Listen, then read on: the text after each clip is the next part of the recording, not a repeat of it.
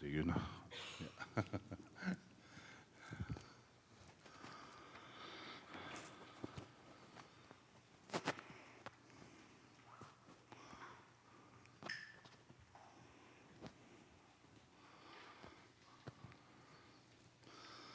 Okay.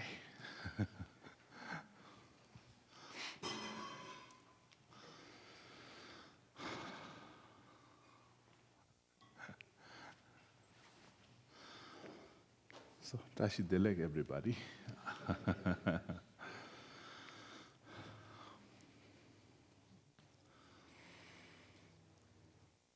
So we are ready to learn. And this topic, living and dying. There are so many things to learn on this topic, actually. As we all know that this is important as we are all living, at the same time we are all dying. And so this subject, most of us, maybe we have a lot of knowledge on intellectual basis, and also there are so many information that is available, especially this day and age. You just kind of put this subject on the Google. You can just kind of like get an overwhelming informations, like so many people actually put it there, and it is a good thing, right? It is just kind of like many people actually putting a lot of good informations, helpful informations, and what happened is sometimes it kind of like a little bit overwhelming. And sometimes in Tibetan also we say that too much is too bad. Like anything that is like too much is too bad. And especially like this day and age, even if you go to restaurant, like if there is too many things on the menu, then it's kind of problem, right? It's just kind of like you don't know what to take. It's just kind of like, there's so many. Which one I should take? And then just kind of like we get confused. So somehow the topic itself, what is life, what is death, and what it is like to be alive, and what it is to be dead. So many things that when it is on the intellectual level, we spend a lot of time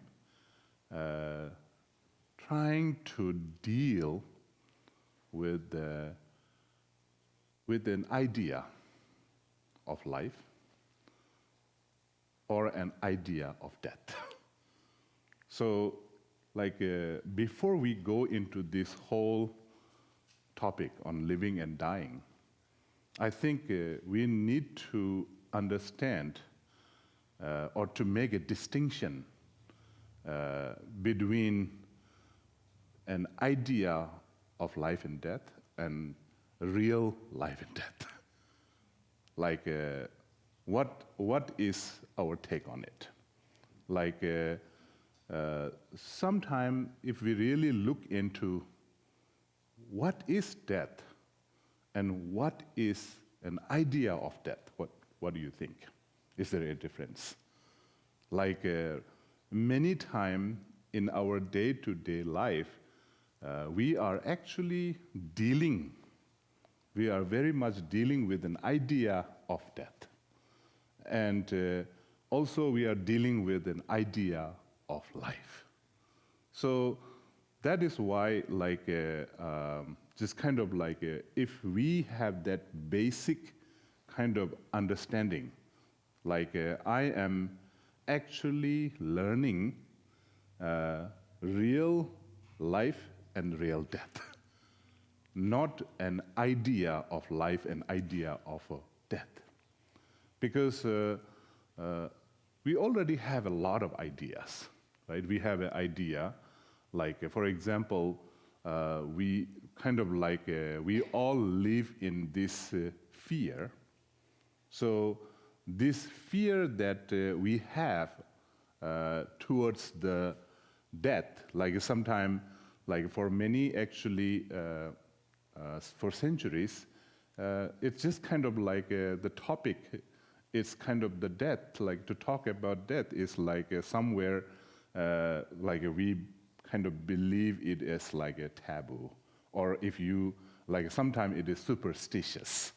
Like some people kind of believe that if I talk too much on death, if I think too much on death, maybe I am bringing the death closer. Or maybe, you know, if I, like in the morning, if I think about death, and then, oh, maybe something will happen. And so it's just kind of like we have a very kind of like a strong idea of death as something negative. Death is something unwanted. So just kind of like just we push it away, right? And then like when we look at life, then it is like life is wanted. So it is like I want life, I don't want death. So kind of life and death, somewhere we have like our basic how we see, how we actually how we actually look at it. Like that is our basic sort of like we are taught that way, and we actually grow up that way, and somewhere we live our life day-to-day life kind of like making this judgmental thing. Like life is good, death is bad.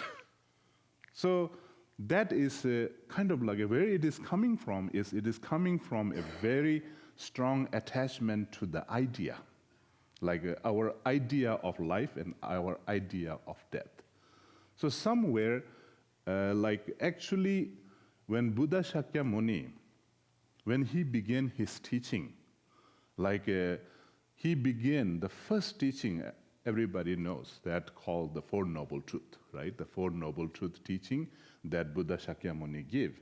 And out of Four Noble Truths, the teaching on the truth, like he actually divided the truth into four, like a Four Noble Truths.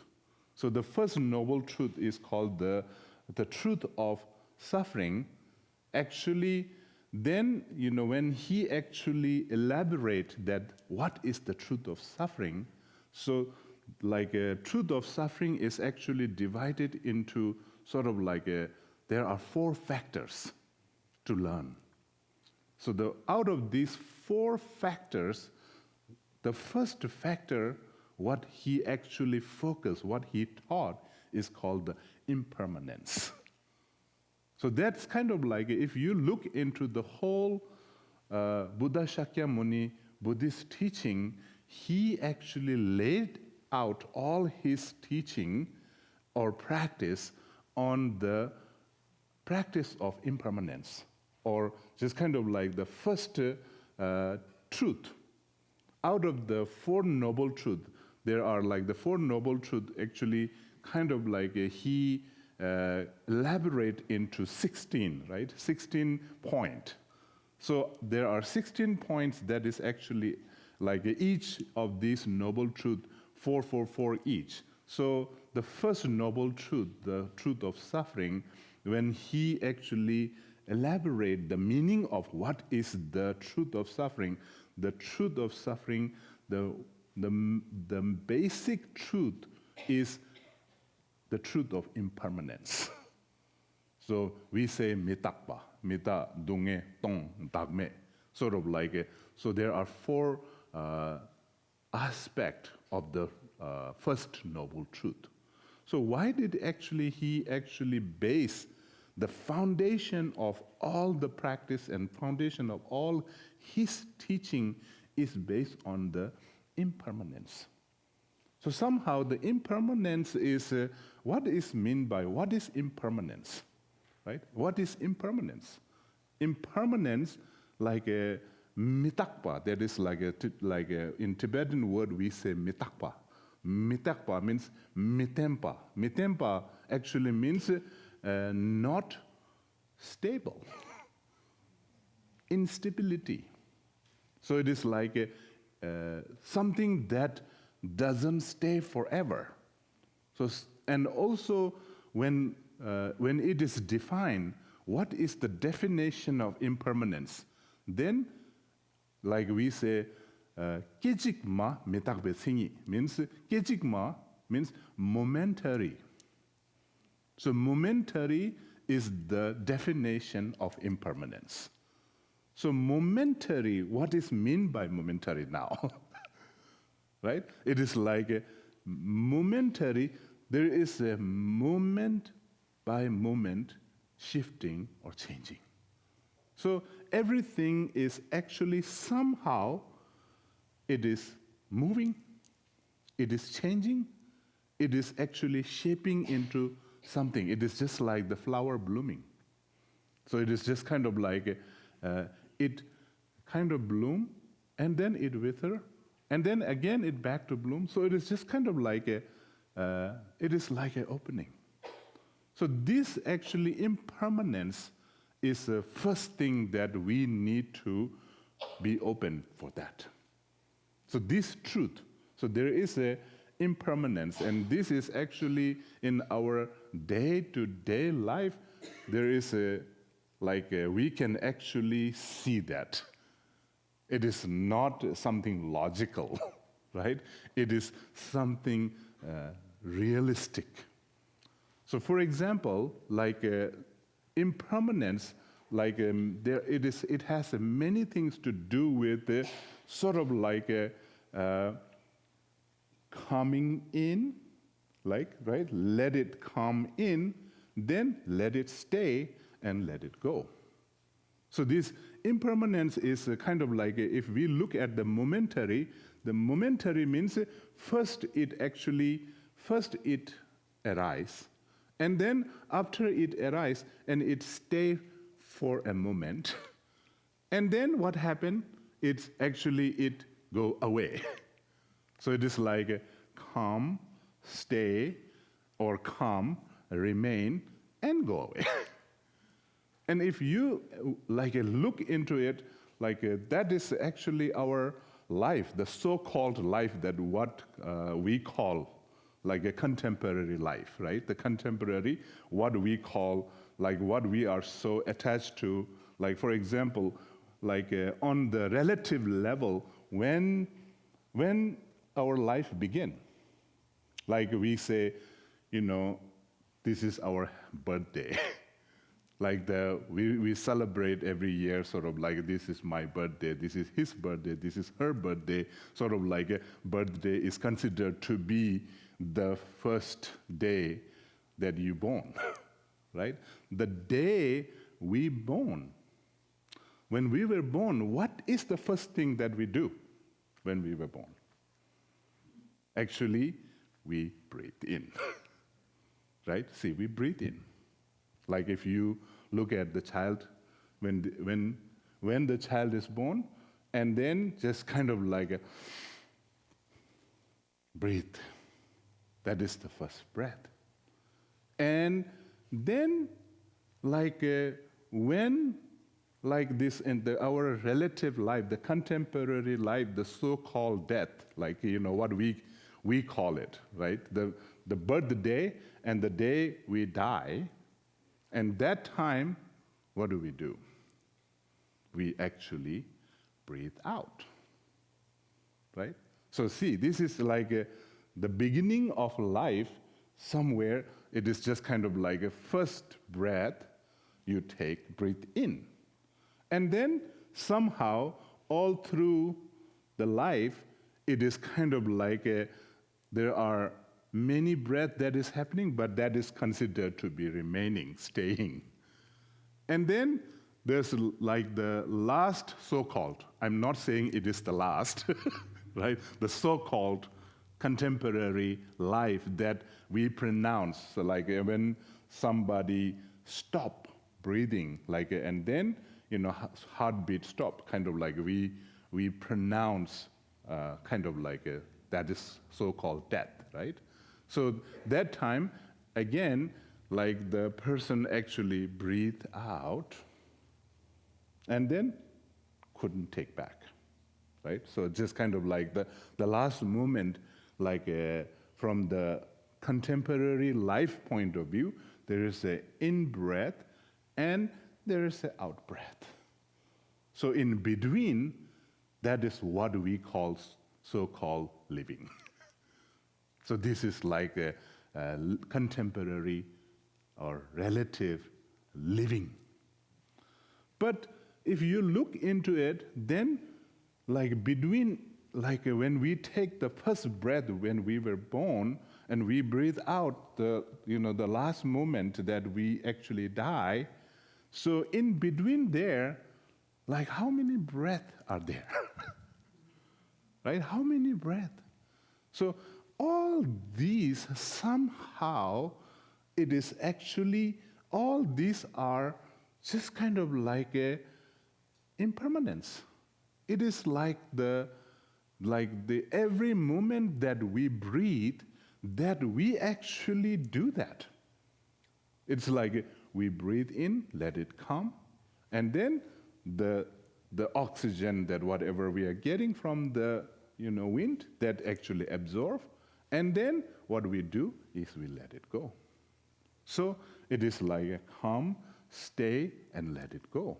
So see, if we look at life like that, then actually we can see the impermanence nature, right? Impermanence nature. So that is why, like just kind of like impermanence. When Buddha Shakyamuni said, life is impermanence, everything is changing, he actually didn't create it.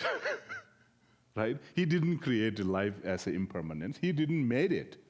So what he was actually saying is, in a reality, everything is changing, and that is what we are. We are changing. We are changing, and be comfortable with that. So being comfortable with the change. And so somewhere it is actually when we kind of like look at it, when we actually take it in, not only on the intellectual level, but just kind of like a more kind of like a letting yourself experience. Letting yourself experience the impermanence. So there is actually there is a beauty in it when you actually let yourself open to the impermanence nature. And so that is what we call it, like opening towards the impermanence. So it is like opening our mind and opening our heart. So opening our mind, yes, to be open to the fact of impermanence, to the fact that everything is changing, to the fact that nothing stays forever. That is kind of like a intellectual part.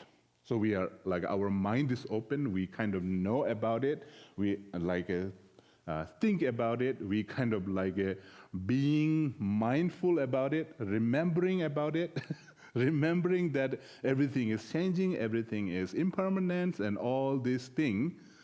But then is that enough? Then answer is no. It's not enough just to be open-minded. So somehow what we need to do is we need to be open our heart. Open our heart to the fact that everything is impermanence.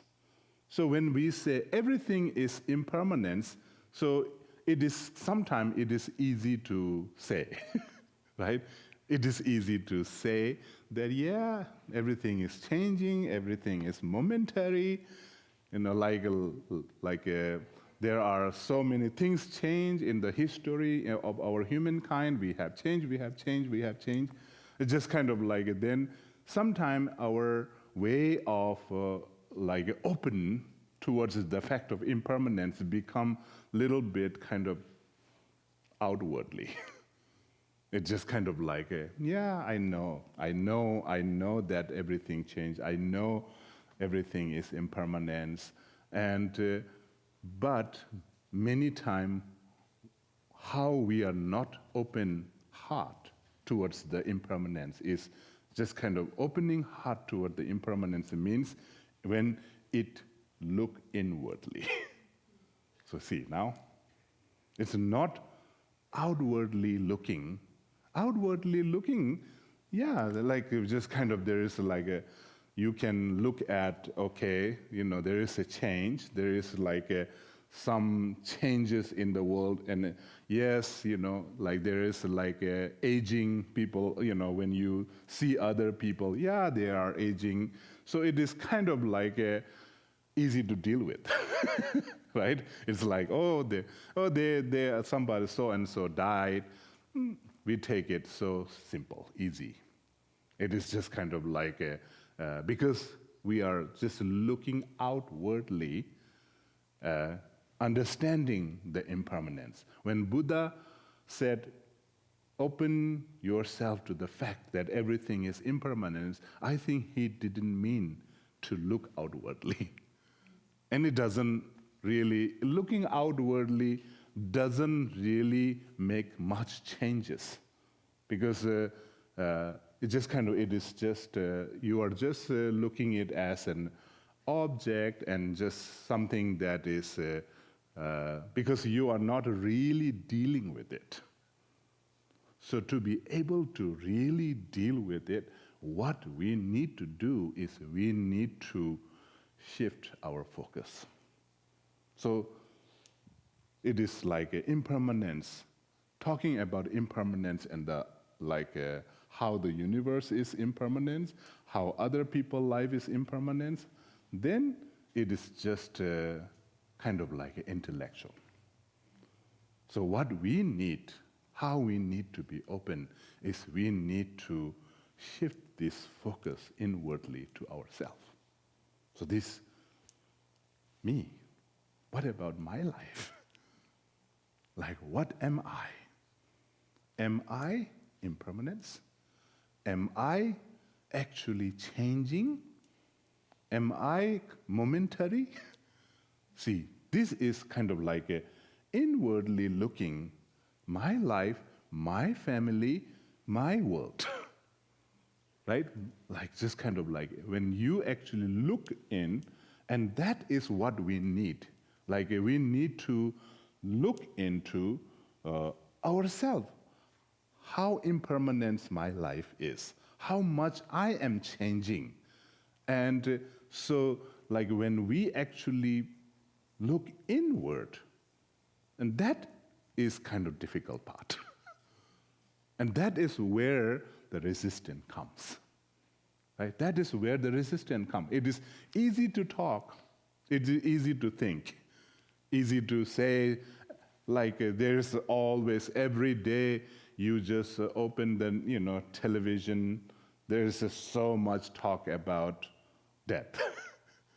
And it is just like, so there's like some people got killed, some people got into accidents, some people died, many, just kind of like somewhere we just kind of like, have a a little sympathy, and then prayed, and then we just kind of go on, right? And somewhere it is kind of like not such a big deal, right? Not so big deal. But we are not actually open to actually to think or to put that to be open to the fact that I am my world. My world is impermanence. And then when we are about to kind of look inward, then there is this resistance comes. It is just like, no, I don't want to think.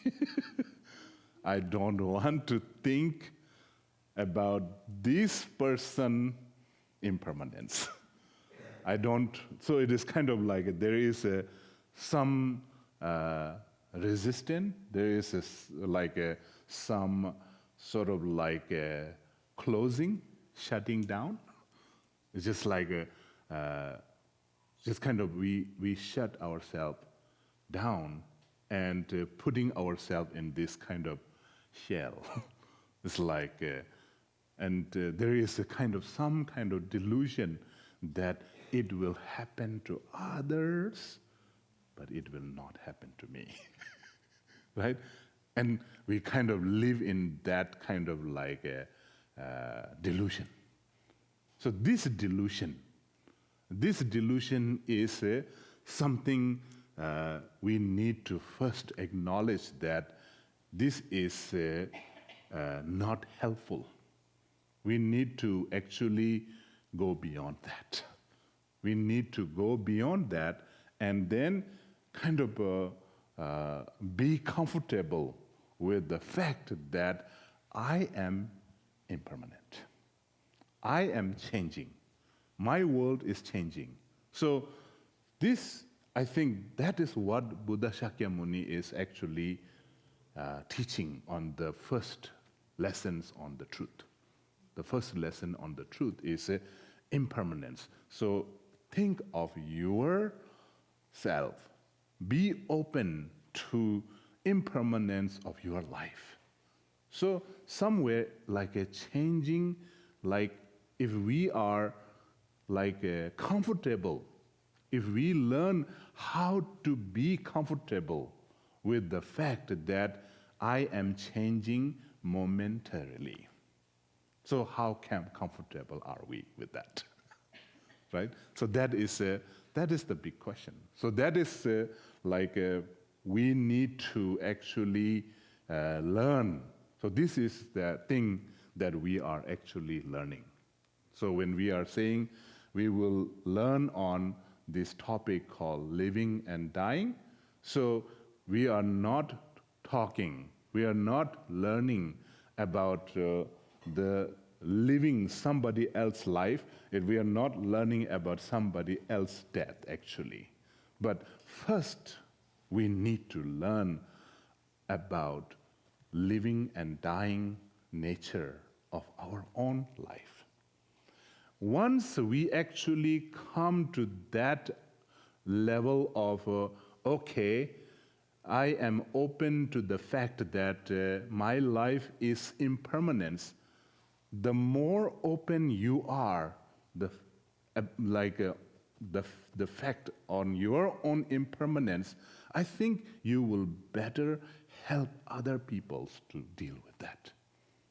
So that is kind of like when your loved one who is actually in the bed with some kind of terminal sickness, when you are actually going to help that person, somewhere, if you are not accepting your own impermanence, how are you going to accept other people's impermanence?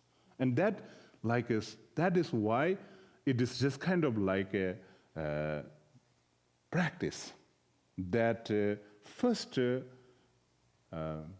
be open for your own impermanence nature, and then actually, when we actually go and help with the being with the other person, somehow it will actually become more helpful. Because in a way, actually, the simple, actually, what do you call, the wisdom in the Buddhism, what we call it's like nyamba, means dakshin nyamba, means actually equal. The equilibrium, or sometimes we call it like in Tangyum. Tangyum means equilibrium, sort of like equal, sort of like your view, somehow you are actually looking at, I am equal to the others. So we are all equal on that level, on the impermanence level. So for example, like when we are actually going to see someone who has terminal sickness, then like if we actually go with that attitude that I am not dying and the other person is dying, so that actually what happened is you miss the whole point here. What happened is you miss that you are actually believing that I am going to live forever. But then the person, you are not going to live forever. So it actually creates a huge, distinction. So that there actually what is missing is it is missing the equal part, equality part. So that is a very important, even when we actually go and see someone who has a terminal sickness, that's kind of like we make in our mind, we make a big distinction saying sort of like you are dying, I am living. Sort of like, so that is somewhere we need to actually make that distinction disappear. So that is why when we actually looking at our life and our own death, it is somewhere if we become more and more comfortable with this impermanence, the fact that everything is changing, fact that my life is changing, I am changing, you are changing, everything is changing. See, not just like they are changing, the other people are changing, but I'm not changing, right? So then that actually creates a kind of big distinction. And so that is why we actually first learn to how to actually I put that inwardly. What about my own impermanence? So that is why in the Buddhist practice, especially in the Lamrim, Lamrim practice, the gradual path, there is always that is the basic practice. The basic practice, the first practice is called the precious human life and the impermanence nature of life. See, that is the two topic, right? They're just kind of like precious human life. And then impermanence nature of life. So just kind of like what is the connection there? But like the precious, our life is precious and rare to find, but then actually it become more like how we look at our life. If it is impermanence, then it will actually make it more precious. So if we kind of see that my life is actually, it is kind of like my life is precious because my life is impermanence. Do you see the connection there? My life is precious.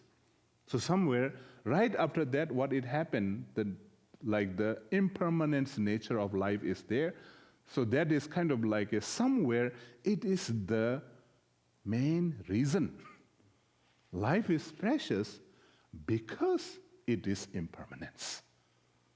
So somewhere like that is why it is kind of like the more actually we become open to the fact that my life is impermanence, my life is changing momentarily, what actually it will happen is it actually makes you see that your life is precious more.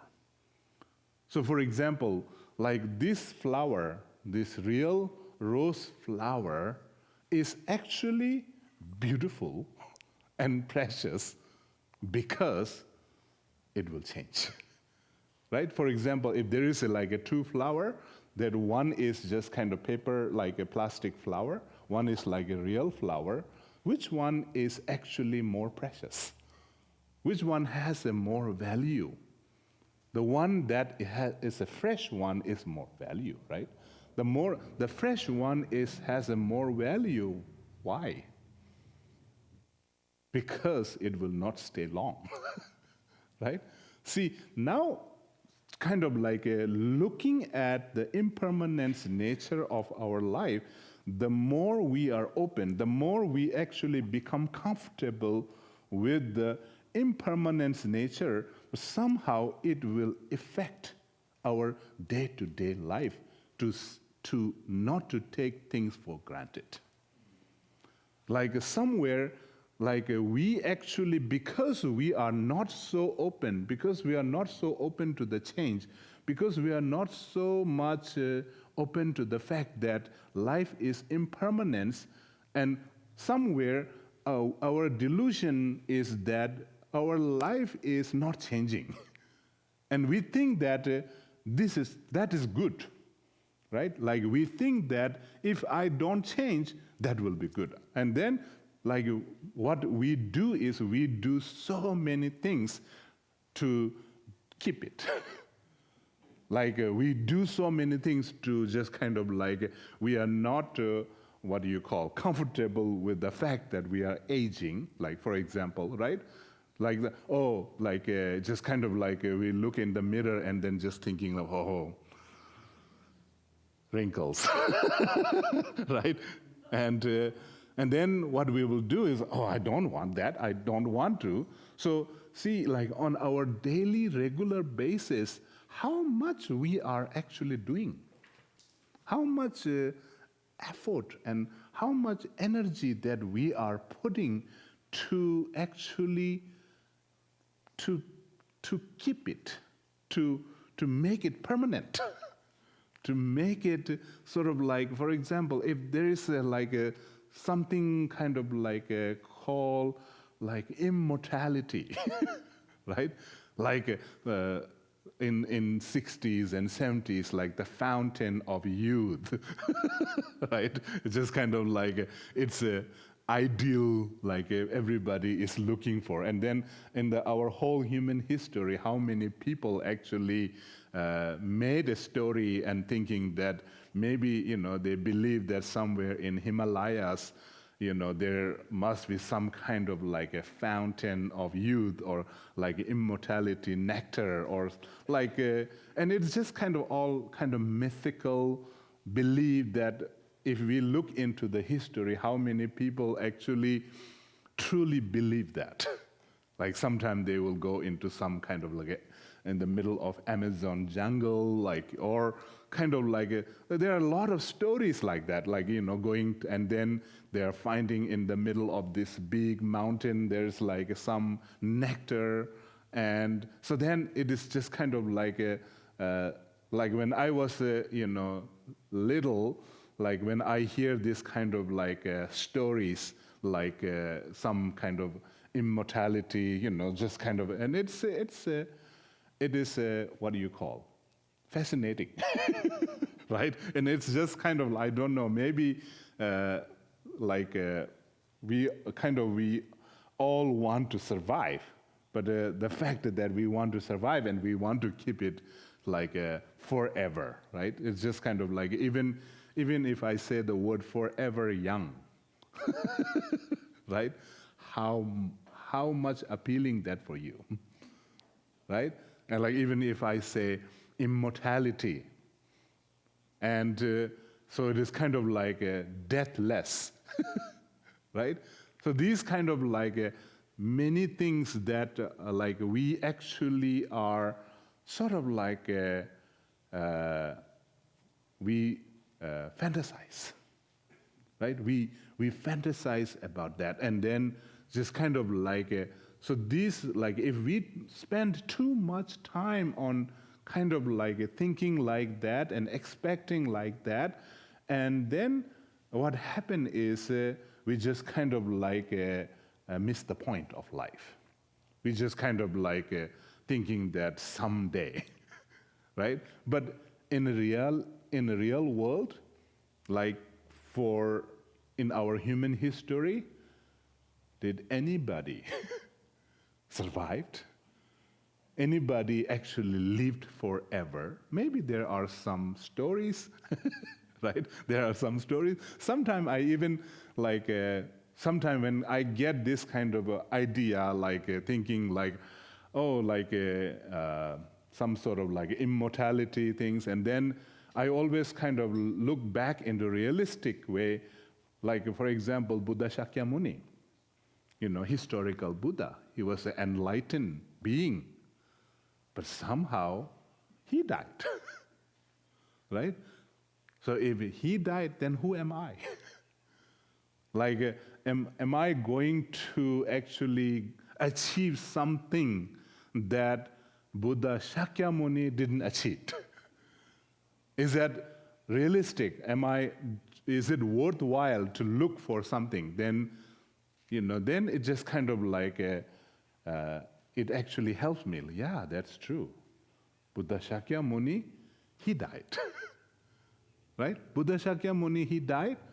So I will also die.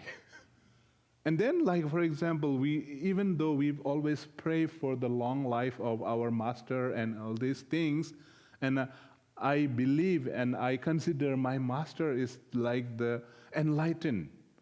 But if I look at my masters, they are also aging, right? They aged, and many of them actually passed away. They died.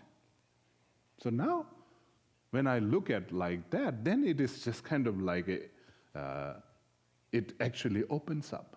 It is like I am also going to age. I'm also going to die. So see, that's kind of thing, like this kind of like delusion that we have, fantasy that we have, somewhere it is there, and we have to acknowledge it. And it is kind of like in our day-to-day life, how many effort that I am putting to keep myself kind of like a permanence. So then we will actually know that we are not so comfortable. We are not so open. Like intellectually, we are open, but from experience point of view, we are not so open. So, like if we are not so open, like our heart is not so open towards the fact of impermanence, then somehow it is kind of like we will actually take things for granted very easily. Like, for example, like we just take things for granted of our life. Like, for example, like we take things for granted, our own breathing, right? Like, for example, like there is like in breath, out breath, in breath, out breath. Like, so somehow, like when we actually meditate on this, like a breathing, what actually it actually helps is it helps you to see the value, how precious it is to have a breathing.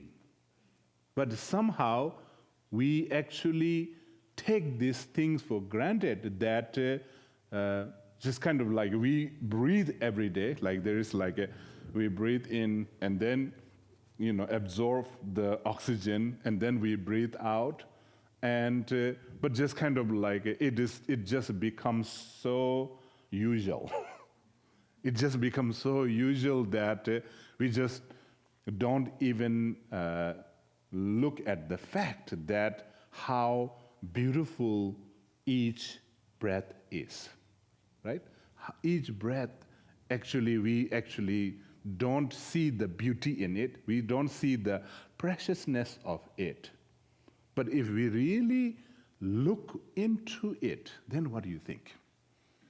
If we really look into our in-breath, then there is an absorption of oxygen in our lung and then taking the essence in our body. And then once it is done, somehow we actually release it. We let it go.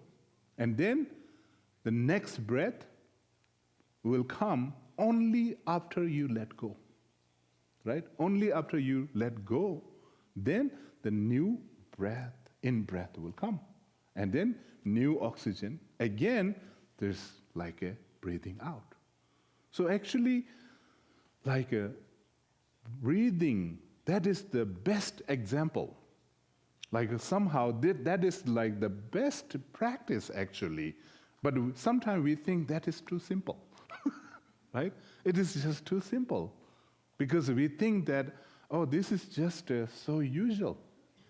But really, when we are looking into our life and we are looking into our own death, like every moment of our breath, that actually it is happening. So it is happening. Life is happening in our every breath. Death is happening in our every breath.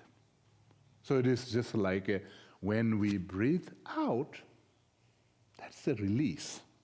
That is called the letting go, right? And then when we breathe in, what is it called? Letting it come. And then there is an in-between, in-breath and out-breath.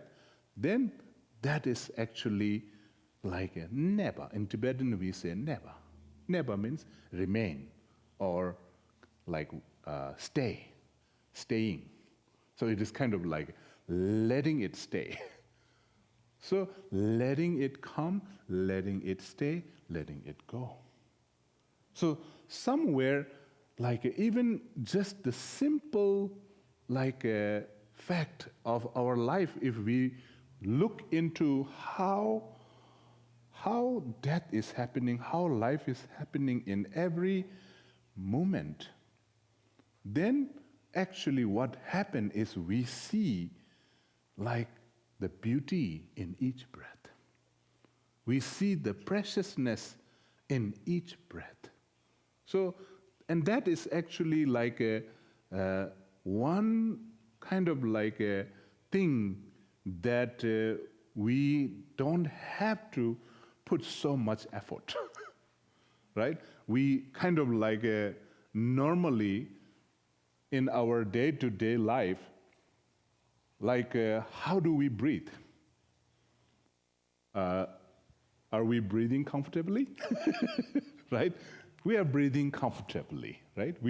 If we are like open to the fact that yes, I am breathing in, and then I am letting the oxygen absorb, and then I'm letting it go.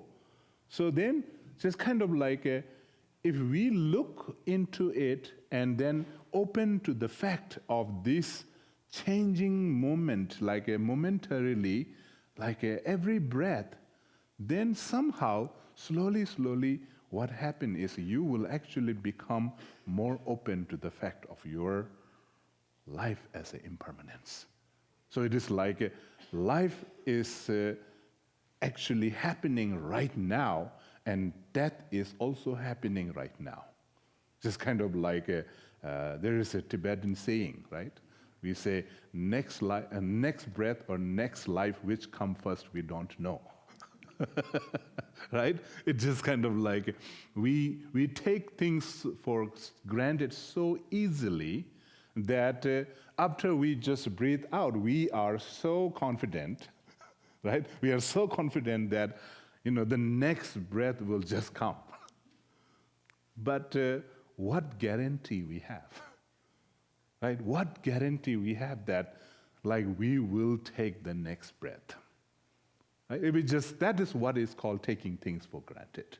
So somehow, when we actually look into how this kind of breathing in, letting it stay, and breathing out, and that is somehow we have a three kind of level of ourselves. From the Buddhist point of view, we say we have a body, right?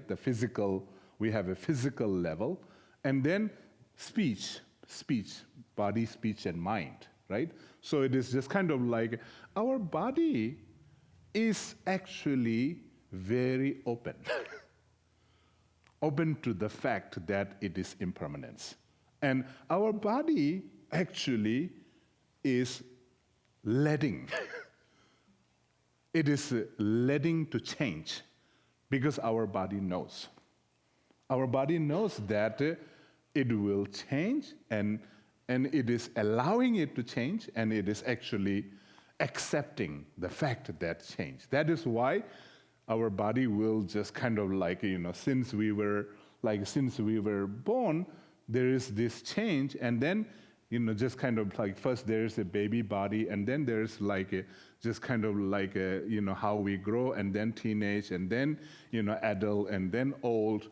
And if you look at how our body is actually kind of open to the fact that everything is impermanence, there is no problem, right? There's no problem. It is just kind of our body is so open. Our body is open to the impermanence, to the change. It allows. Our body allows. But then, when it comes to the speech and mind, there is the lack of open, right? The speech is like talking about it, right? Or kind of the talking, how much your speech is open to the fact that you are impermanence. So then, many times, it is kind of it is our speech part is not so open. But then maybe kind of it is easier to open than our mind. Because it's easier to talk about it than to think about it, right? So maybe on the speech level, maybe, we are talking about it. We are actually kind of communicating about it. So then, how much open are you from the speech level? Then, on the deep level, then how much are you open? Your mind and your heart. How open are we to the fact that life is impermanence? So that is why just kind of all the practice that we do is coming down. If we actually learn the impermanence nature from the breathing point of view, actually I find this one very helpful. Because in my day-to-day life practice, doing a practice, some sort of a Mahamudra practice, or a big, a Dzogchen or some deity practice, what actually helpful on our kind of daily basis, I find that practice and looking at the breath is more interesting, more actually effective. Because in a way, sort of like, and there is a kind of like a point that when actually you look at your breath, every breath that you breathe, it's just kind of like and if you see the beauty in it, then it is kind of like what do you call? Like you see this is very precious and beautiful. So, when you actually see that every breath that you take is precious and beautiful, then somewhere what happens is you will appreciate it. Like you will appreciate that, just kind of like I appreciate that I'm breathing in. I appreciate that I am absorbing all these oxygens. And then I appreciate that I let it go. I release it. Because when you actually release it, there is some beauty in it, right? When you breathe in, there is a beauty in it. When you actually let yourself absorb, there is a beauty in it. When you actually let it go, there is a beauty. See, so then every moment that you actually see this beauty, and that is what is called the preciousness, right? So that preciousness, somehow, that is a very powerful practice of impermanence. That is a very powerful practice that then you can actually able to see that our life is like kind of like we are breathing. Every moment that we are breathing in, breathing out, like just kind of like you see that, and then in that opening, from that opening, actually it will open the fact that your life is impermanence and your death is impermanence. So now that is another thing, right? In the Buddhism, it's not only impermanence, life is impermanence. Death is also impermanence. So this fact is kind of a little bit different. It is different. For example, to understand that life is impermanence, yes, kind of like we already know, right? Life is impermanence. Everything is changing. But when it says death is impermanence, what do you think? What do you think? Death is permanent or impermanence? Like, what is our understanding? But like there is this is one of the major understanding in the highest, Madhyamika, Prasangika Madhyamika understanding. Like the Master Nagarjuna and Master Chandrakirti, many times they actually said Shikpa, Ngopo. Shikpa means the impermanence, right? The kind of like Shikpa. So there is also like sometimes we say everything changes, right? We say. So that is kind of easy to understand, right? Everything changes. What is the thing that doesn't change? And then change doesn't change. What do you think? So that is a change, everything changed, but what is not changing is the change itself, right? So then here, actually, it is different now. Because if we think that change doesn't change, then death doesn't change, right? So death, then somehow we actually looking at death as a permanent.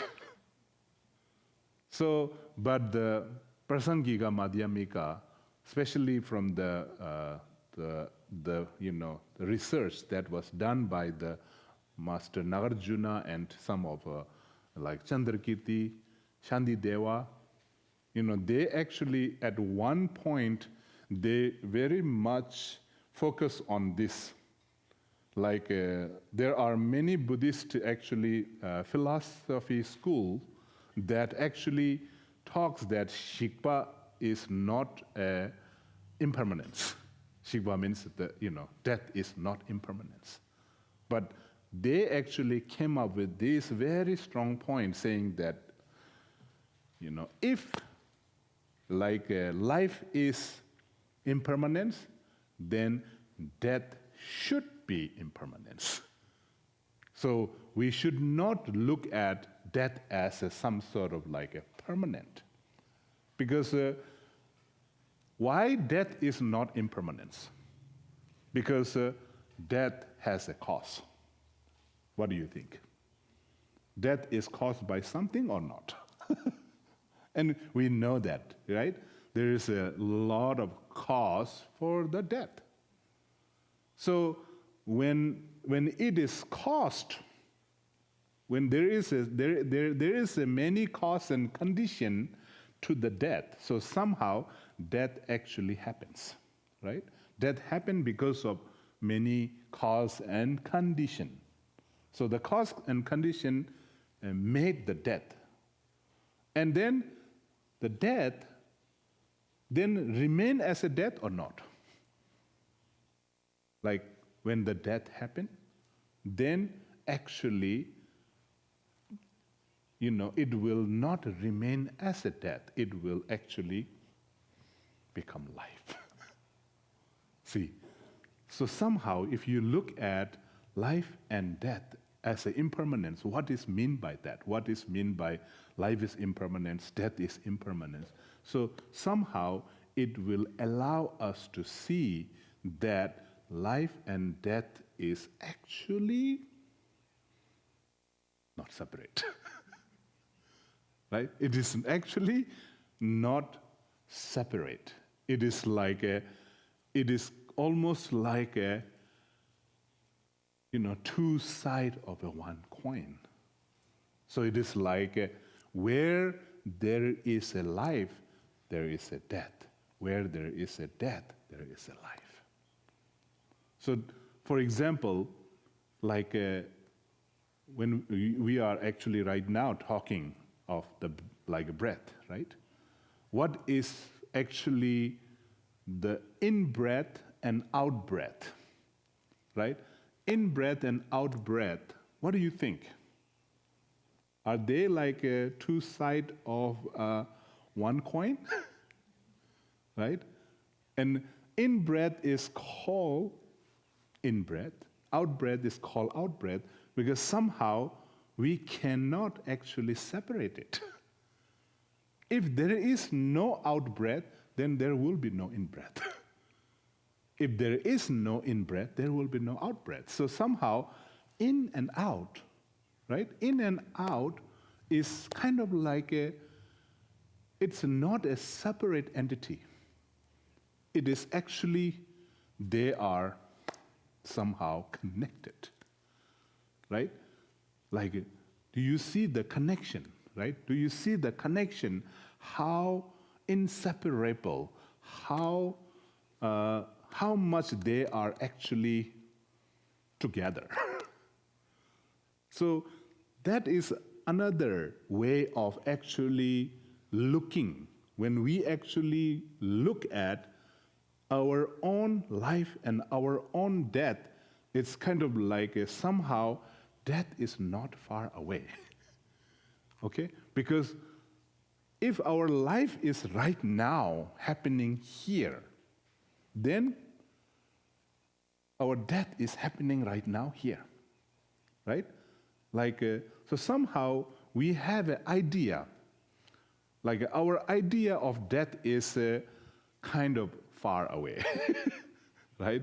And somehow we believe that if we push that away, the more we push that idea away, and we kind of think that I am safe. I am okay. And I wanted to push it away. And we will do so many things to actually pushing it away. So this idea, I don't want this death idea come in my mind. I don't want, and so that is why one thing that actually happened in our life that we kind of find it very difficult to deal with our own death and the death of our loved one. Because somehow we are so used to pushing it away, don't want to think about it, don't want to deal with it. But like if we come to understand that we actually, if we are open to the fact that my life is happening right now and my death is happening right now, they are at the same spot. Life is where the death is where the life is, if we look at it.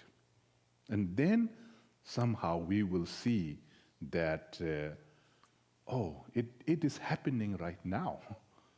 And how can actually, when that happens, like for example, anyway it is happening, and right now it is happening, and then what we need to do, right? Kind of like many times, if we look at how actually people kind of regret, when they are actually facing that, right? When they are facing that, so somehow it is kind of, there is if we are well prepared, right? If we are well prepared, somehow it is a big relief. It's just kind of it's not some kind of superstitious thing. We all have to be ready, right? If you are ready to leave, then you are ready to die together. So somehow, if you are living, then you are dying. If you are prepared to leave, you are prepared to die. See, this kind of we should not make that separation. Somehow, if we kind of look at it from that kind of angle, that life and death is actually not separate. It is some kind of two sides of a one coin, that our life and our death, my life and my death, everybody's life and everybody's death. And then somehow actually it is we will be able to kind of open. We will be, we will become more open to it. And sometimes kind of when we how we actually shut down when it comes to our own.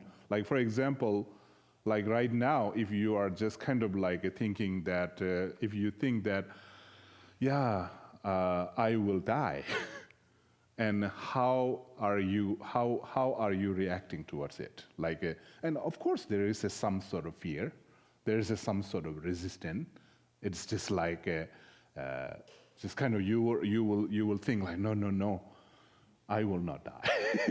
No, I don't, it's I don't want to die. I will not die. And just kind of then we bring this story, and we are too attached to this idea of life that is separate from the idea of death. And then when we actually fall into this a very difficult situation, say such as for example, you are hard to breathe, you're not able to breathe, and your body is actually sort of cooling down, your body is starting to shut down. And at that moment, then how much suffering there is if you are not open to that fact, right? It's there was actually one kind of a story that one of my friend, he was in the monastery, and he had a kind of problem with his health.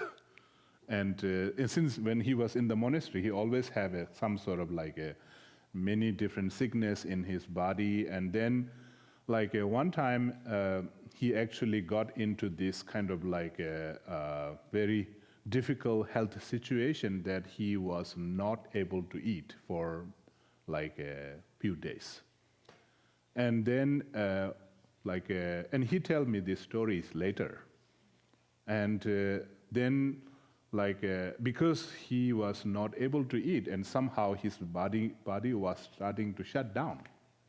And he said how he felt, and that was an interesting story that he told me later. But somehow, and it is a real, when he was his body was shutting down, he felt that his kind of temperature is going down, and then his kind of a mouth, he can feel just kind of shutting. And then at that moment he said, I thought now that's it. And at that moment, so he felt so sad, he said. He felt so sad that he started to cry. He's starting to cry, what is happening? Now I'm really, now I'm dying. And he's starting to cry, because he was very sad. And then, in that process, what happened was something came into his mind. First, he was very struggling. He was almost miserable. His sad was a very bitter sad. And then something came in his mind, that thinking that, oh, so I am just, one person. So then suddenly he had another thought that, so whatever is happening with me, I am not only one. This is happening. So everybody, everybody around me, everybody will this happen. But some positive thought came in his mind that time. That actually he thought that it's okay. I'm and what positive thought actually changed at that time was, he said, there was a big shift in that moment, that the instant shift was he actually thought of His Holiness the Dalai Lama. He said, wow, my existence, it's not so helpful to the world. So Dalai Lama, he's helping so many people. That kind of, death will be disaster. So immediately he actually kind of let go of his own death, and then he started praying for a long life of Dalai Lama. When that happens, he said, there was a big shift. Big shift. First, he was so unhappy. But then, immediately, he actually, when that thought came, immediately changed. And he was having tears, but he said his tears was not bitter sadness. It changed into something like a kind of happy. And he was ready. He said, he just immediately, so somehow later, fortunately, maybe because of that he came back, who knows, right? But somehow, he got better. He got better, and now he's back in his life. He's alive now. And then he come back telling this story from his own experience, which is like if we look into what happened there is like when he was miserable, when he was actually very bitter, sad, it's just kind of what he was thinking is like, oh, I'm dying, I am, like, because he had a very strong attachment to his I, right? Sort of like, so it is just kind of like, and if he actually, if he hold it there, then he might kind of die that time because of that struggle, right? But it was very fortunate that immediately something positive thought came in his mind that he actually kind of like said it, not sort of like intellectually, but I think from his experience, like he really mean it when he said, it's okay, even if I die, everybody dies, but I wish His Holiness will have a long life because he will be very effective for the world. So his actually positive thought came. When this positive thought came, what happened was he actually let it go. So he was like not struggling. He allowed. And when it allowed, something big changed in his happened that actually, like he's open, right? When it opened, he, like even if he die at that moment, he will have a peaceful death, right? That is what we call it, like a peaceful death, right? So somehow, and this is actually coming from somebody who had experienced that. It is like he felt that huge shift, how he actually experienced. Even when you are in that situation, if there is some openness in your mind, opening, like for example, it is not just kind of like if you are just thinking, poor me, I am the only one who's dying, so what is going to happen to me? See, that will make very miserable that time. So somehow, it is kind of like if you just open that this is happening to me, and it's not only me. It will happen to everybody. Everybody will happen. So somehow, I think that will actually open. That will actually let you actually feel comfortable. So, and somehow, that kind of like a positive attitude or positive thoughts, it's just a simple thought. Maybe he had that for 1 second, right? He had that thought for 1 second, and somehow it actually helped him. So that is why just kind of like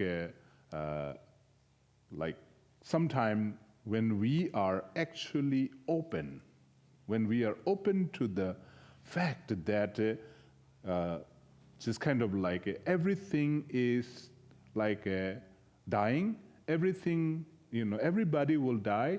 It's not only me, because this is a kind of like a thing that we actually learn in our day-to-day life, right? For example, if something unfortunate event struck on us, immediately kind of like our quick response to it is like, why me? Right? Why it is happening to me? It is kind of like many times it is like always, why me? Why me? That is actually kind of like if we kind of learn how to live with this, why not me? Right? Why not me? It is like it is happening to everybody, And because it is happening to everybody, it will happen to me, and I am actually open to the fact that it will happen, and then somehow it will actually help us to live our life more actually fully. So if we keep ignoring the fact that death will not happen to me, then what happens is we actually take our life for granted, and then what happens is we will waste it. We will waste it, and because we don't see how precious every moment is, then there is a sometime when I hear some people say, "Oh, I'm so bored," right? And then the people are just saying, "I'm just killing time," right? It's just when you are actually killing your time and then letting yourself distract with a lot of distraction, or just what do you call? Just wasting your time, then I don't know. Then, if we actually want to let the time pass, then somehow we are thinking that time is valueless, right? It's just I have too much time, and I just want to kill it.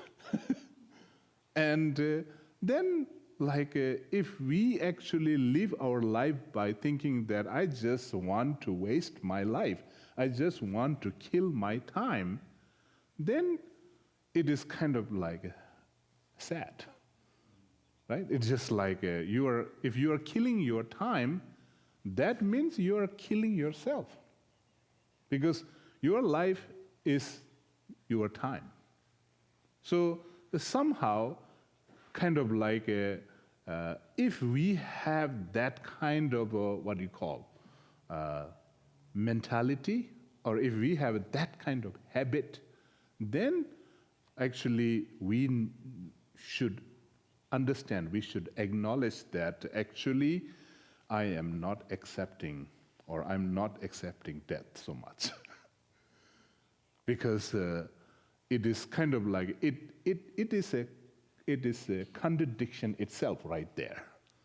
It's just if deep inside, I'm scared to die, right? I'm scared, just saying, I'm scared that somebody will kill me. But then you are living your life, killing your time every day. Then see what is the difference? It's just so it is just, there's a contradiction in itself, right? It's just you want to die, at the same time you don't want to die. And then sometimes we are too much racing. It's just always this competitive, I always want to be the first. But from the Tibetan Buddhist point of view, we say that we are actually running towards our death, all of us. Right? We are all. Since we were born, we are actually running. And then running towards the death, it is just we are, somehow we wanted to reach there. And we all are competing, competing with each other. But somehow, I want to reach there first. I want to reach there first. We actually, somehow, we don't have to rush towards the death. We don't have to rush towards the death. So it is just life is there, it's already, if we look at how fast we are actually moving, the time just goes so fast, right? For example, we look at our own life, like looking at how old am I? How old am I? Just kind of like you look and then see how this sometimes it kind of like how did all these years that I lived my life, how did this happen? It's just kind of like if we look back into what happened, and it is just one instant, right? It's just like one instant. Wow, it just happened. So it happened so fast until now. It will happen, right? Time will go. So that's why we don't need to worry about the time, and we don't need to rush. So like when we actually learning to see or opening ourselves to the fact of impermanence of life, the death of ourselves, is actually doesn't mean accepting death doesn't mean inviting death. That is the two thing. It's just kind of like it's totally opposite actually in reality. It is like when we don't accept death, then actually we are actually running more faster. When we actually accept death or impermanence, somehow it is just kind of like it's almost like, yeah, it will happen. It will happen. And so it doesn't matter. It will happen, but what it matters is right now I have a life. So I'm going to enjoy it. I will enjoy it. I will let myself enjoy it. So see, sort of like when you accept life and death as one, it is there. Life is happening, death is happening. So somehow it will actually help you to enjoy your every moment. So that is a kind of general, I'm just talking, okay?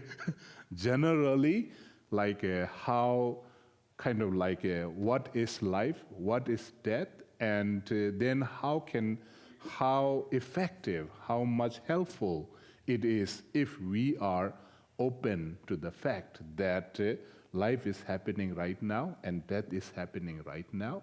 So somehow I will kind of say this is just the general. And then we will actually go more in depth into, because we have this weekend and the next weekend. And so to go more detail, like I think I kind of like we will learn more from the Buddhist point of view, because there is like the process, like the process of death, how actually it happened. So to understand the process of death, again, we need to understand the process of life too. So there is like for example, like life, like how it is formed. Like how it is formed is very important to know how it is dissolved, right? For example, kind of they follow kind of same procedure. They are same actually, like and it like how it is formed, and then how it dissolves. How actually kind of like there is a very kind of a detailed research that is done in the Buddhist practice. So even like for example, like many times, like there are some Buddhist practice like a deity practice. The deity practice also there is a kind of somehow it is like a there is like a practice, like we call it like from emptiness, like everything formed, right? And then it dissolved back into the emptiness. So like if you look into the every Buddhist practice or sadhanas, actually there is a formation and then there is a dissolutions. So this is also kind of, there are like a little bit detail on the how the life actually is actually formed and how it is dissolved. So there is a process of that. And then just kind of like another thing, sort of like what can we do, right? What to do when this is happening, right? When the process of the death is actually happening, then like there are some kind of Buddhist advice on what is kind of like, what kind of practice is good and what to think and how to deal with these kind of things like that. So we will go into that also. And then kind of like one thing, when it is happening to us, that is what we do, right? Then another thing that kind of we all want to know also is like when the dissolution process is happening with other person, then what can we do, right? How can actually we provide ourselves, like how can we provide help to the person who is actually happening, that dissolution is happening. And then also like kind of like how to actually deal with that emotionally, mentally, like that kind of also detail. There are some Buddhist practice there, so we will go a little bit into it. And then I'm thinking like maybe what happens afterward, right? That's kind of like the popular teaching called what do you call? Bardo, right? It is like the Bardo is a Tibetan word, which is an intermediate state. So actually, there is like what kind of practice is good when the person is in the Bardo, and how can we prepare ourselves when we are in that process. So say, for example, all the dissolution happens, and after that dissolution, then what, right? Like so, there is some wisdom that comes from the Tibetan Book of Death that kind of talks some detail, but it's kind of like sometimes I personally don't think that everything that say in the Tibetan Book of the Dead is accurate or anything. Just kind of, I'm not saying it, but I think there is some fact that might be helpful. So, and also I think it is good to sort of like know that we can actually help when someone is in the Bardo, or how, and also it is a good practice of dealing with the grief. Like if when our loved one actually passed away, if we do something afterward to actually to benefit them, somehow it is like, I don't know how much it is helping, but it is definitely, it will help, right? It's just kind of somehow like a Poa practice, or some sort of like what practice that is mentioned in the Tibetan Book of Death. I think those are kind of like helpful, I think.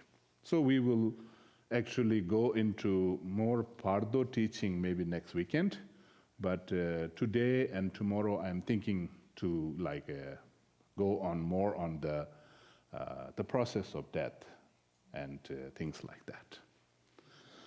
Okay, so if you have any question, we can actually kind of like discuss. Yeah.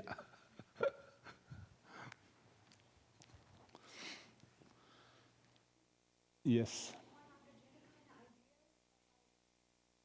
Dependent origination, I'm dependent origination.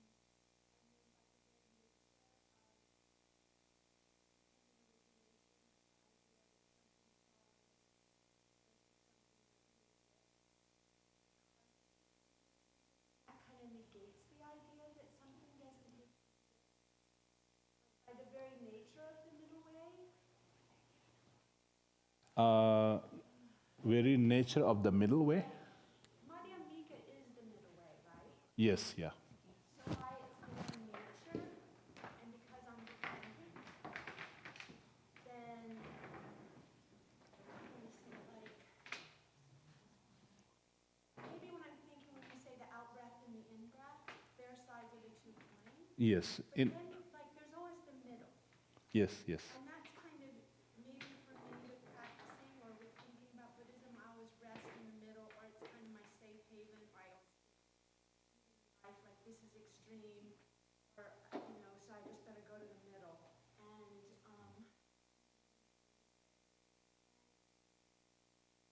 I mean, of course we have to die and we have to live, but like when you're in the middle, let's say, you're experiencing both. Yes. Time like I think, yeah, it is kind of like, somehow maybe from your question, you wanted to ask something like life and death are interdependent, right? They're dependent. And then, for example, in breath and out breath. So, so the point of in breath. What is the point of in breath? Why we take the in breath is not to breathe out. What do you think?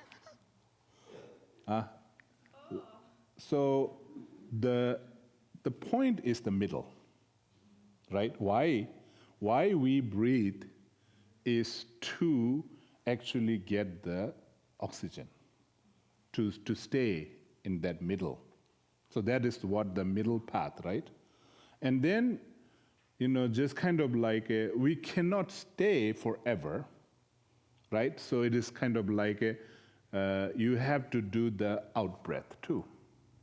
So sometimes, that actually brings up an interesting, actually, question.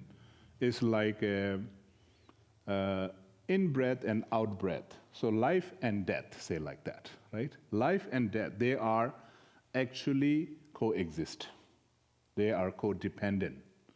So what is there in between? What do you think?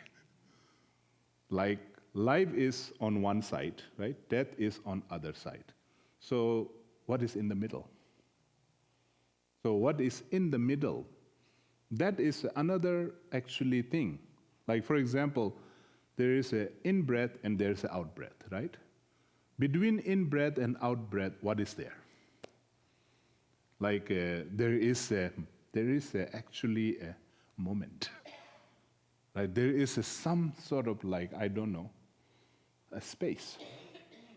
There is a space. There is, and that space, that gap, and actually, is there a gap or not? What do you think? Between in-breath and out-breath, is there a gap? Or it is just one, it's just kind of like in-breath become out-breath, kind of like a U, right? And then another in-breath, it just, this one breath doesn't circle like that, right?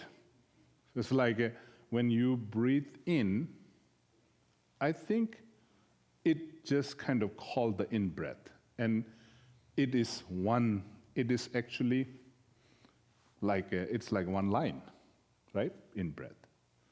And then something happened in between there. So what happened there? It actually, it just kind of like stay, remain, right? There's remaining. And then out-breath. That's become out-breath. So it's kind of like, what do you think? In-breath become out-breath, or there is another breath that comes out? So, but somehow they are coexist too, right? They they are codependent. It's just kind of like in-breath depend on out-breath, and out-breath depend on in-breath too. But there is something in between. Something. There is a gap. Actually, there is a gap. Maybe that is the essence, right? For example, we actually like the point of in-breath. Why do we in-breath?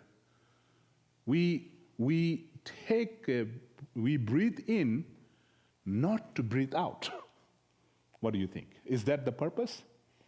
The purpose of your breathing in is just to breathe out, or there is something more to it? I think there is something more, right? Because why we breathe is there is something, because our breath actually takes the oxygen, right? Say from a biological point of view, then just kind of like take the oxygen, and then actually it provides the oxygen to our lungs, right? And somehow then if like something that like in our lungs that all absorb all the oxygens, and then it fuels up, right? All our bodies kind of like everything kind of, it's like a fuels.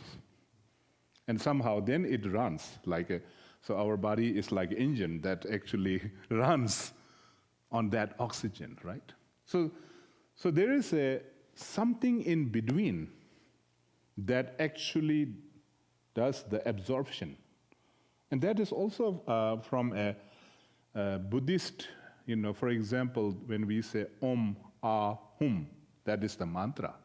And somehow that mantra is also combining with the breath too. So it is like Om is like the in-breath. Ah is the middle. So middle where it stays. Hum is the out-breath. See, Om, Ah, Hum. So it is like Om, Ah, Hum. It's just kind of like a V, right? Om, Ah. So there's a 3-point. Om, Ah, Hum. Om, Ah, Hum. Sort of like so in breath stays and then out breath. And so Om is actually a sound of of the life. Hum is the sound of the death, and Ah is the middle remaining. So when we take the in breath, then there is actually some kind of enjoyment there, right? It's just like like some sort of like you get something, you actually you absorb something, you just got something, but then like you actually out breath it. So there is a in the that is the middle path, and that's what so then if you look at that, then Om in the bigger picture of our life, so Om is the life, Hum is the death, then there is something in the middle that is What is that? What is something in between our life and our death? So then I think it will raise a lot of point here, because that something between, that between is that some sort of our consciousness or our essence, or who actually maybe who we are, the being part, right? So it is like life is actually, it is kind of in breath, and out breath. So there is something in between that is being. So that is what we are. We call ourselves, we are sentient being. We are human being, right? And that makes the being part. So there's something in between life and between death. What is in the middle is that being, the being part. So that being part, so somehow, like for example, that being, if we look at from the bigger picture, so from life after life, right? So life after life. So there is a life and there is a death, and then again there is a life, there is a death. So something that is in between that is happening, but that's not the intermediate state, right? That is the being part. So somehow, like for example, we say we take a 10 breath, right? We take a 10 in breath, out breath, in breath, out breath. So there is like a first in breath, and then there is a between something, and then out breath, and then there is an in breath, out breath, in breath, out breath. So there is, what do you think? Is there a connection between these two in between? So there are like a 10 in between, right? Just kind of like a 10 in between. Somehow, these 10 in betweens are connected or not? Are they connected?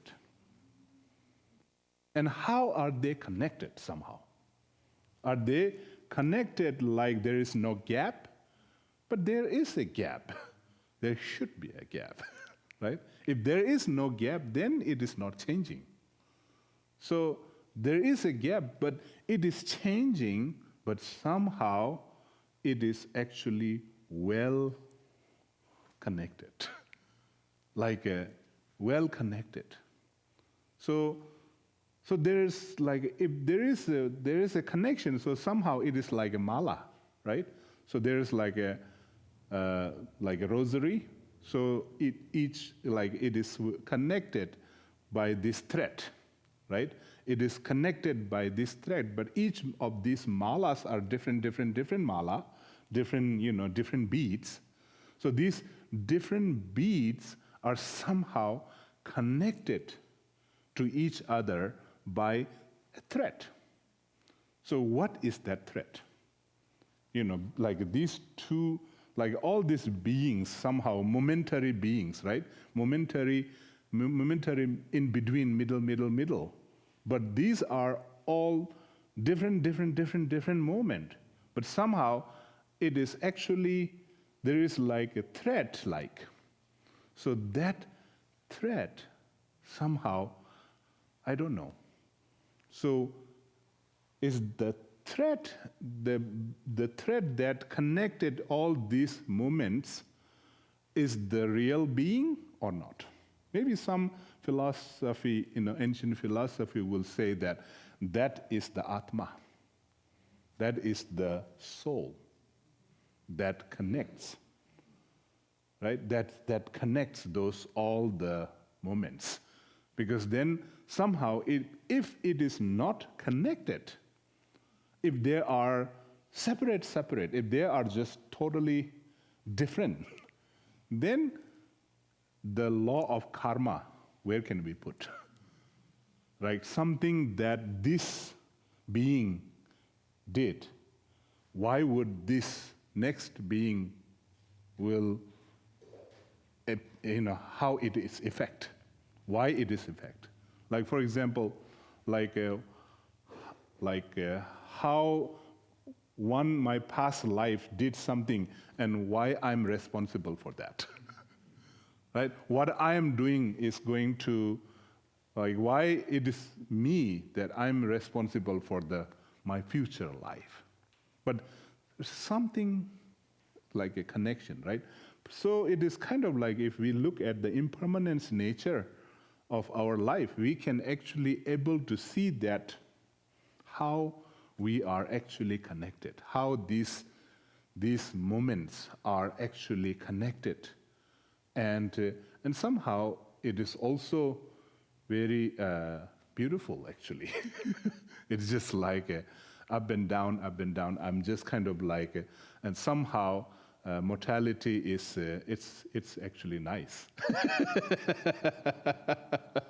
I was playing that with, sometime up and down in our life is actually good, right? It's just like when we are in the hospital, laying down, and then there's like this monitor, and you see that,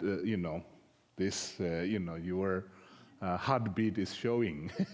And then somebody is in that crucial moment that, it is a really good sign that when there is a, right? When there is a up and down, there's a up and down. And then when the line falls straight, and that's not a good sign. And but in our day-to-day life, we want our life to be flat, right? So somehow, like when we have a life that has a many up and down, I think we should appreciate it. We should appreciate that even like, I'm having a down moment. It's like good, right? That means I'm going up too. So it is kind of like it is also a good way to look at life, impermanence life. And when we are kind of comfortable with the impermanence nature of life, then it is kind of like when your life is actually going down, you will actually learn, or you will actually feel that it's good. Right? How many of us actually thinks that when life is going down, it is good? Maybe not, right? When there is a moment that is going down, it is just like, no, I don't want to go down, and I want to always go up, and then our desire of our life is like, I wish my life is just stable, right? Stable. So, and I don't know, sometimes that wish is not good. If you just wish that my life is, I hope there is no up and down in my life. In a way, it is a death wish. It's like you are saying, I wish I'm dead. So somehow, we have to be careful what we wish. We should not wish something that is kind of like, So that is why, again, when you look at life like in-breath, out-breath, in-breath, out-breath, and then up and down, it is kind of like when we are able to see the beauty in the up and down nature of our life, then it's beautiful, right? It's just kind of like when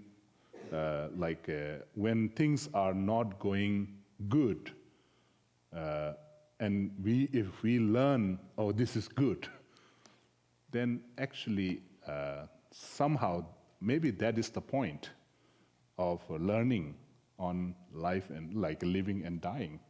So it is some sort of like living and dying is just like a up and down of the of life, and then in breath and out breath of life.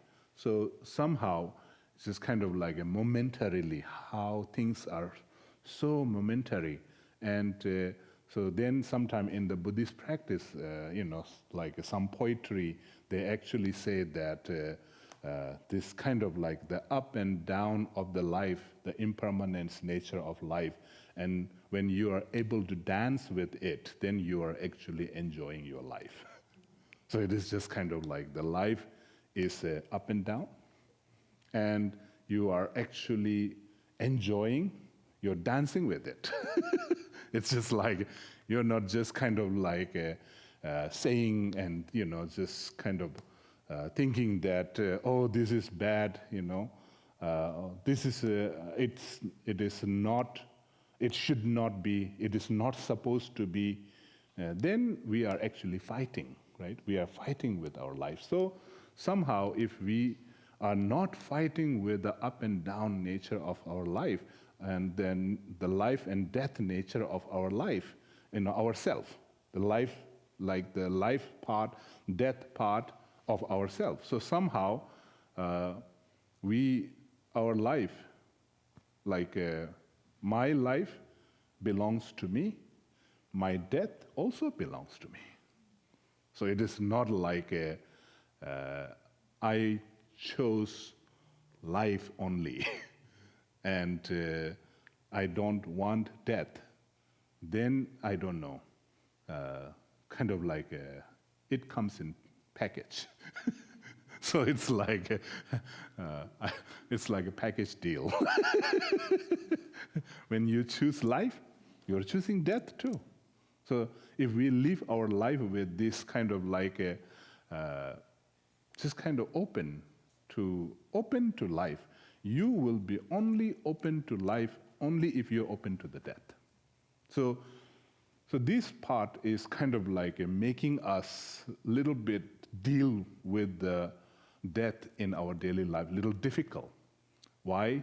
Because we are saying, I'm open to life, but I'm not open to death.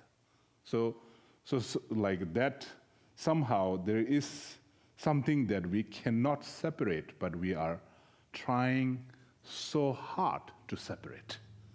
So somehow, if we actually stop, putting a lot of effort to actually separate it, somehow it will give us a huge relief in ourselves. Because unnecessarily we are wasting a lot of time, wasting a lot of energy, putting a lot of effort in trying to avoid it.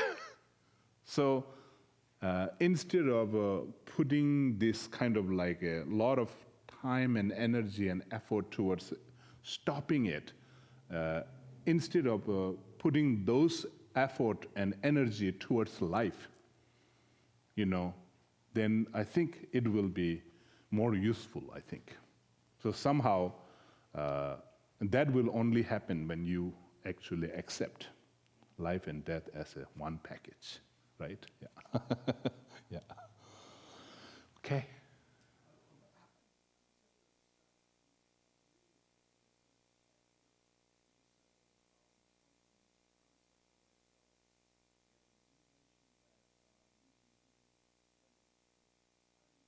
And we see ourselves as a cork floating down the stream rather than as part of the stream. And the thing we fear most of all is the annihilation of the self. And that's me too. I feel that I'm definitely afraid of dying because I self thing. How do you get beyond the self? Apparently, this book says if you without the concept, then you're really living. It's when you say, you see the flower, and you go, flower. You don't allow yourself to experience it. So how do you get beyond this concept of the self? I mean, self, and if you could do that, wouldn't that...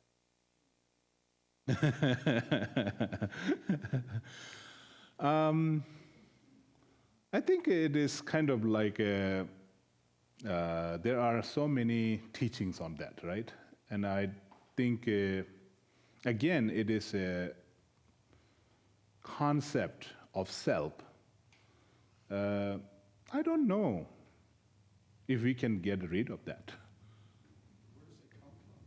Yeah, that's kind of like a concept of self, just kind of like as long as you kind of think that that's me, and that's a big question. Like sometimes we actually, in our debate, we do that kind of debate. Like for example, like concept of self does Buddha himself, he has a concept of self or not? Like then if Buddha himself, he doesn't have a concept of self, then why did he say in some teaching, he said that one time when I was a bodhisattva, so what does that mean? Why he's saying that one time, long time ago, when I was a bodhisattva? So he's actually having some kind of conception there, like thinking, he's separating himself from, the rest of us.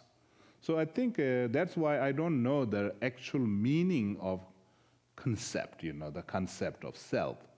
So does Buddha think he is Shakyamuni Buddha? Then, of course, like if somebody did something to Buddha, will Buddha think that, oh, he did that to me?